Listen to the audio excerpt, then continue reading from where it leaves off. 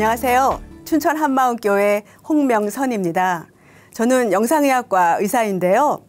누구에게도 의지하지 않고 독립적으로 살고 싶어서 의사가 되었지만 도무지 만족이 없고 채워지지 않는 어두운 마음으로 방황하다가 예수님을 만나 천국의 로또를 맞은 이야기를 나누려 합니다.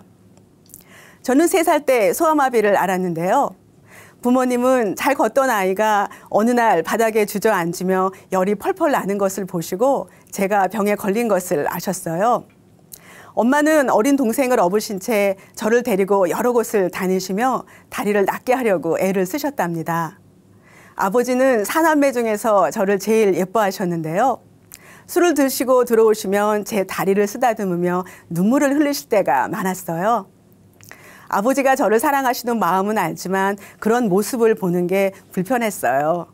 저도 남에게 연약하게 보이기 싫었고 동정의 눈초리는 더더욱 견디기 힘들었습니다. 학교에 들어가서는 단짝 친구와 지내며 친구를 많이 사귀는 편은 아니었어요. 체육 시간에 혼자 교실을 지키며 아이들이 밖에서 운동하는 걸 보면서 많이 외로웠어요. 나는 아이들과 좀 다르구나. 나도 평범하게 살 수 있을까 하는 생각을 하기도 했습니다. 그러면서 스스로 사람들 사이에 벽을 만들었더라고요. 작은 언니가 책가방도 들어다주고 업어다주기도 했고요. 넘어지거나 다치기라도 하면 언니가 어느새 달려와서 도와주었어요. 언니가 얼마나 든든했는지 모릅니다. 하지만 이런 언니한테도 고마운 마음을 잘 이야기하지 못했어요. 언니는 제가 무슨 생각을 하는지 도대체 모르겠다면서 까도 나오는 양파 같다고 하기도 했습니다. 그리고 혼자 있으면서 팝송 듣는 걸 좋아했어요. 집에 일찍 가서 라디오 팝송 프로를 듣고 싶어서 수업이 끝나자마자 아무도 나오지 않은 운동장을 걸어 나오곤 했습니다. 고등학교에 들어가니까 문과와 이과 중에 선택을 해야 하는데 자연스럽게 미래를 생각하게 되더라고요. 몸이 불편하니 일반 직장은 제한이 많을 것이고 전문직이 좋을 것 같은데 교사나 의사, 약사 등이 괜찮을 것 같더라고요. 남들을 가르치는 건 애시당초 소질이 없다고 생각해서 의사나 약사가 좋겠다고 나름 결론을 내렸어요. 사실 저는 이과 과목을 잘하지 못했고 이과로 가기에 성적이 좋은 편도 아니었지만 인생의 작은 도박을 한 셈이죠. 이런 것을 부모님이나 선생님과 상의하지 않고 혼자 결정했어요. 누구에게도 속마음을 이야기하지 않고 스스로 판단해서 선택한 거죠. 인생은 결국 혼자 사는 것이니 내 힘으로 살아야 한다. 누구도 나를 도와줄 수 없으니 자립해야 한다고 생각했습니다. 그렇게 목표를 향해 달려서 의대에 들어갔습니다. 대학 생활은 학업도 힘들었지만 사람들과의 관계는 저를 더 지치게 만들었어요. 그동안은 친구들과 재밌게 노는 걸 잠시 미루었다고 생각했는데 이제 마음 먹고 어울리려고 해도 잘 되지 않는 거예요. 화난 것 같다, 좀 웃어라 이런 말을 듣기도 해서 웃으려고 무지 노력했습니다. 여럿이 모여서 웃고 떠드는 게 즐거운 게 아니라 오히려 마음이 불편할 때가 많아서 그런 자리를 즐겨하지 않았어요. 한 번은 선후배들이 모이는 자리였는데 제가 별로 말도 하지 않고 있으니까 앞에 앉은 선배가 혹시 제사 지내요? 그러더라고요. 저는 그냥 웃기만 했죠. 그래, 그래도 괜찮아. 사회생활을 하다 보면 좋아질 거야. 그렇게 스스로 위안을 했답니다. 병원에 들어가서 인턴 생활을 마치고 전공 과목을 선택해야 하는데요. 의사라는 직업이 대부분 사람들을 상대하는 일이다 보니 무슨 과로 정해야 할지 고민이 되더라고요. 비교적 사람들과 접촉이 적은 과 중에서 영상의학과가 마음에 들었어요. 초음파나 여러 시술을 통해 환자를 보기도 하지만 주로 영상 판독으로 의사들을 상대하는 과라고 생각했기 때문이죠. 그런데 영상의학과를 들어가면 사람들과 좀 덜 부딪힐까 기대한 것은 큰 착각이었어요. 환자는 물론이고 동료 전공의, 교수님, 의료기사들과 다 어울려서 하는 일이더라고요. 전부 생소한 것들이니 다 배워야 하고 습득해야 할 시술은 얼마나 많은지 또 예상치 못한 응급 상황이 매일 벌어지잖아요. 전쟁터 같은 병원에서 마음에 여유는 없고 불만은 가득하고 얼굴에는 아마 짜증이라고 쓰고 다녔을 거예요. 까칠하고 톡톡 쏘는 식으로 말한다고 사람들이 뭐라 하길래 차라리 말을 하지 말자. 마음을 닫으니 말수도 점점 줄게 되더라고요.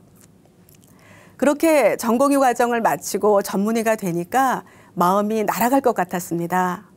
시간도 여유 있어서 평소 배우고 싶던 것도 시작하고 마음껏 여행도 다녔죠. 하지만 그것도 잠시였어요. 마음에서 만족은 없고 너무 허무한 거예요.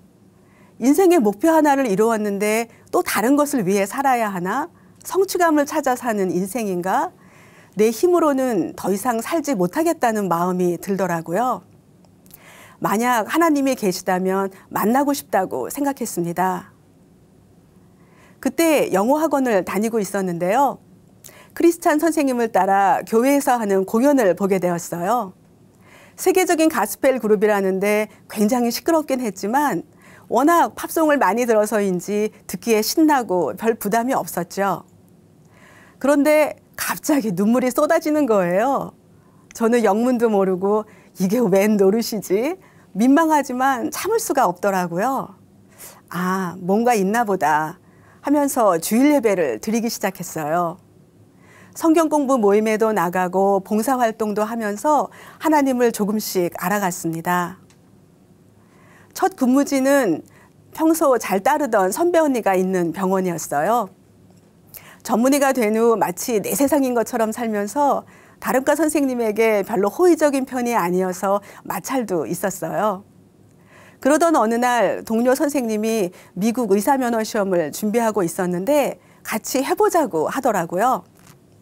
하나님께 쓰임받을 수 있는 길이 될 것 같아서 기도하면서 시작했어요. 미국에 가서 실기시험을 치렀는데요. 거기서 우연히 대학 교수로 계신 선배를 만난 거예요. 학교 다닐 때는 변변히 인사도 드린 적이 없는 선배였는데 그분의 도움으로 교환교수 과정을 하게 되었습니다. 하나님께 마음을 정하니까 길을 열어주시는구나 싶어서 너무 감사했습니다. 연구실에서 일하면서 최종 시험을 준비했는데요. 미국 면허가 있으면 세계 어느 나라에 가서라도 일하면서 하나님을 위해 살 수 있겠다는 마음이었어요. 한인교회를 다니면서 청년들과 주말마다 수양회를 갖고 페루로 의료 선교를 다녀오기도 했습니다. 큐티도 열심히 하면서 하나님을 잘 믿어보려고 애썼는데 하나님이 정말 살아계신지 확신이 서지 않는 거예요. 거기다 최종 시험에서 떨어지면서 낙심이 되었고 어떻게 살아야 할지 방향을 잡지 못하겠더라고요. 2년간의 미국 생활을 마치고 돌아와서 춘천에 있는 대학병원에서 일하게 되었습니다. 다시 열심히 해보자고 마음먹었지만 점점 무기력해지면서 불면증까지 생겼어요. 교회를 정하지 못해서 이곳저곳 다니다가 주의를 지키지 못할 때도 있었는데요. 주위에서 한마음교회가 뜨겁다는 말을 듣고 간절한 마음으로 찾아 나섰어요. 아는 사람도 하나 없고 아는 척하는 사람도 없었지만 뜨거운 기도와 찬양이 너무 좋아서 계속 나가게 되었습니다. 어느 주일 예배에 여호와의 율법은 완전하여 영혼을 소성케 한다는 말씀을 듣는데 마음에 확신이 왔어요. 아, 내가 살겠구나. 하나님의 말씀이 나를 살리시겠구나. 이런 마음이 들면서 감사하고 안심이 되었습니다. 작은 교회에 연결되면서 일꾼이 인도하는 대로 예수님을 믿지 않은 죄를 회개하고 예수님을 마음의 주인으로 모시는 기도를 했어요. 사실 처음에는 제가 얼마나 큰 죄인인지 잘 모르겠더라고요. 죄를 회개하라고 하니까 인정되는 만큼은 회개하지만 제 속에서는 그건 아니라고 버티고 있었습니다. 답답한 마음에 집에 와서 말씀 책자를 찬찬히 읽어 나갔습니다. 그가 찔림은 우리의 허물을 인함이요 그가 상함은 우리의 죄악을 인함이라. 이 말씀을 계속 보는데 이제껏 살아온 저의 모습이 보였어요. 오직 나 자신을 위해 사느라 초점이 온통 자신에게 가 있으면서도 정작 불구를 가진 제 자신이 부끄러웠고 온전히 살아갈 수 없었어요. 그것을 애써 외면하며 살아오는 동안 어느 것으로도 채워지지 않는 제 마음은 정말 차갑고 어두워져 있었습니다. 의사가 되어 독립적인 생활을 하게 되면 신체의 컴플렉스가 극복될 줄 알았어요. 비관적인 사고도 긍정적인 것으로 바뀌지 않을까 기대했었어요. 하지만 성취 후에도 저는 여전히 우울했고 나만 생각하는 이기적이고 독단적인 사고는 인간관계 문제에 부딪혔습니다. 내 힘으로는 더 이상 살지 못하겠다는 마음으로 하나님을 찾았어요. 하지만 예수님을 정확히 모르니 믿음은 상황에 따라 흔들렸습니다. 저에게 예수님이 성경대로 죽으시고 성경대로 부활하신 하나님이신데 부활의 표적을 보고 믿으라고 하셨는데 저는 확실한 증거 없이 막연하게 제 느낌이나 체험으로 믿으려고 한 것입니다. 저에게 주님은 인생의 주관자가 아니라 내 힘으로 되지 않는 부분을 도와주길 바라는 막연한 조력자였어요. 결국은 마음에 예수님을 주인으로 모시기 싫어한 거였습니다. 문제의 근본은 육체의 불구나 어두운 마음이 아니라 중심에서 예수님을 믿지 않은 죄였습니다. 예수님을 주인으로 믿지 않고 내가 주인 되어 살아온 것이 지금까지의 저의 실체였어요. 마음 깊은 곳에서 회개가 터져 나왔습니다. 저는 마음에서 하나님을 버린 죄인이었고 그 죄 때문에 찔리고 상한 예수님이 보이면서 견딜 수가 없었습니다. 주님이 나 대신 죽으셨구나. 내 죄 때문에 죽으셨구나. 죽기까지 나를 사랑하신 주님, 모든 죄에서 깨끗하게 해주신 은혜에 감격해서 가슴이 터질 것 같았어요. 집안에 가만히 앉아 있을 수가 없더라고요. 이미 날은 어두웠지만 밖으로 나가서 한참을 걸었습니다. 너무 마음이 벅차서 어떻게 해야 할지 모르겠더라고요. 세상 그 무엇도 부럽지 않았습니다. 로또를 맞으면 이렇게 기쁠까? 복음이야말로 로또구나. 세상의 것은 시간이 지나면 점점 더 목마르게 되잖아요. 하지만 나의 죄값을 치르신 내 영혼의 목자를 만난 기쁨은 영원한 것이었습니다. 그 후 예배가 너무 기다려지더라고요. 정말 예수님이 문 밖에 서서 제 마음을 두드리시며 저를 지금까지 기다리셨다는 게 실감나게 다가오는 거예요. 주님이 나를 기다리고 계셨구나. 오랫동안 나를 찾고 계셨구나. 주님의 마음을 알게 되니 말씀을 사모하게 되었습니다. 나는 포도나무요 너희는 가지니 그가 내 안에 내가 그 안에 있으면. 주님이 제 안에 계시다는 말씀을 그대로 지나칠 수가 없었어요. 주님은 크고 온전하시니 제가 얼마든지 주님 안에 거할 수 있죠. 하지만 주님이 제 안에 계시다니, 주님 정말 제 안에 계실 수 있습니까? 정말 제 안에 계실 수 있습니까? 주님은 그럴 수 있다고, 저는 그런 존재라고 하십니다. 이제 주님과 연합되었으니 주님 안에 있는 모든 것을 다 가진 자가 되었습니다. 예수님 안에 영원한 생명이 있고 죄사함이 있고 지혜가 있고 세상이 줄 수 없는 기쁨과 세상이 알 수도 없는 평강이 있더라고요. 목사님께서 부자 청년과 가난한 여자가 결혼하면 여자도 부자가 된다고 하셨는데 저도 최고의 부자인 주님과 연합되었으니 이보다 대박인 로또가 없는 거예요. 아멘.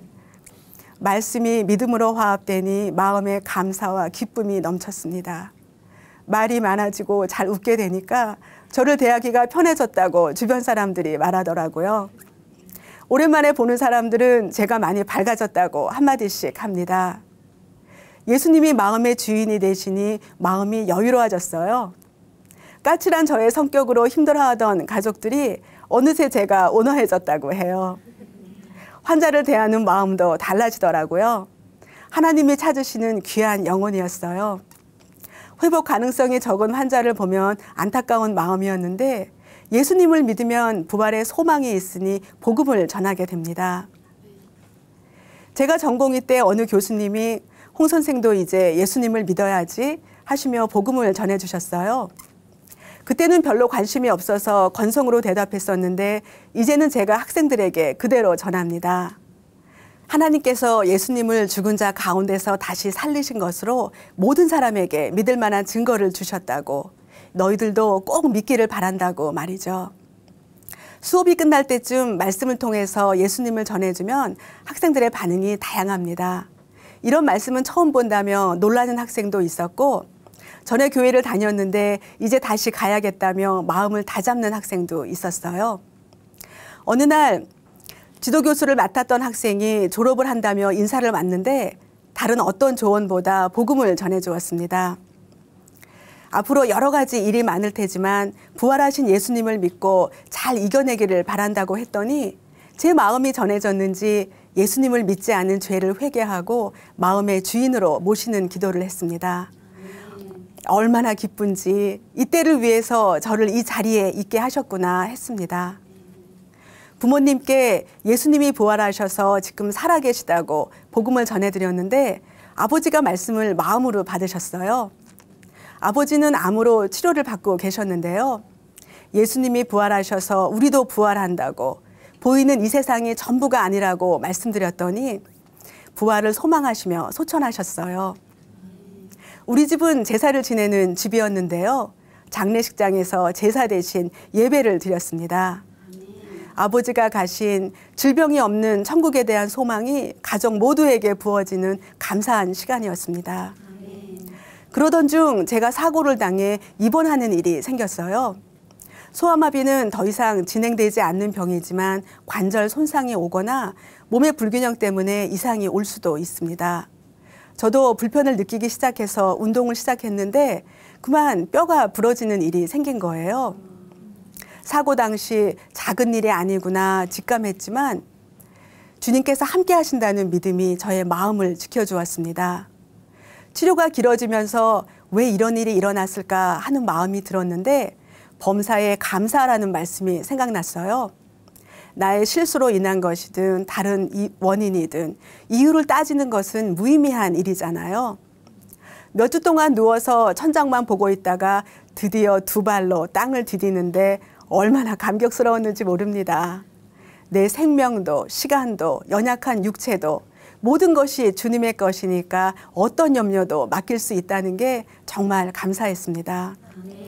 입원해 있는 동안 교회 지체들이 얼마나 알뜰살뜰 보살펴 주었는지 온몸으로 사랑을 받았어요. 매일 찾아와서 말씀으로 교제해 주어서 마음과 생각이 흔들리지 않게 해주셨죠. 또 교회에서는 빠른 회복을 위해 한마음으로 기도해 주셨답니다. 이제 돌아보니 주님께서는 제 신체의 연약함을 통해 몸이 아픈 사람들의 마음을 누구보다 잘 알 수 있는 의사로 인도해 주셨습니다. 주님께서는 내 마음대로 살면서 어둡고 우울한 인생을 살던 저에게 찾아와 주셨습니다. 세상의 어떤 문제에도 매이지 않고 영원한 나라를 위해 기쁘게 달려가는 사명자로 세워주신 주님께 모든 영광을 올려드립니다.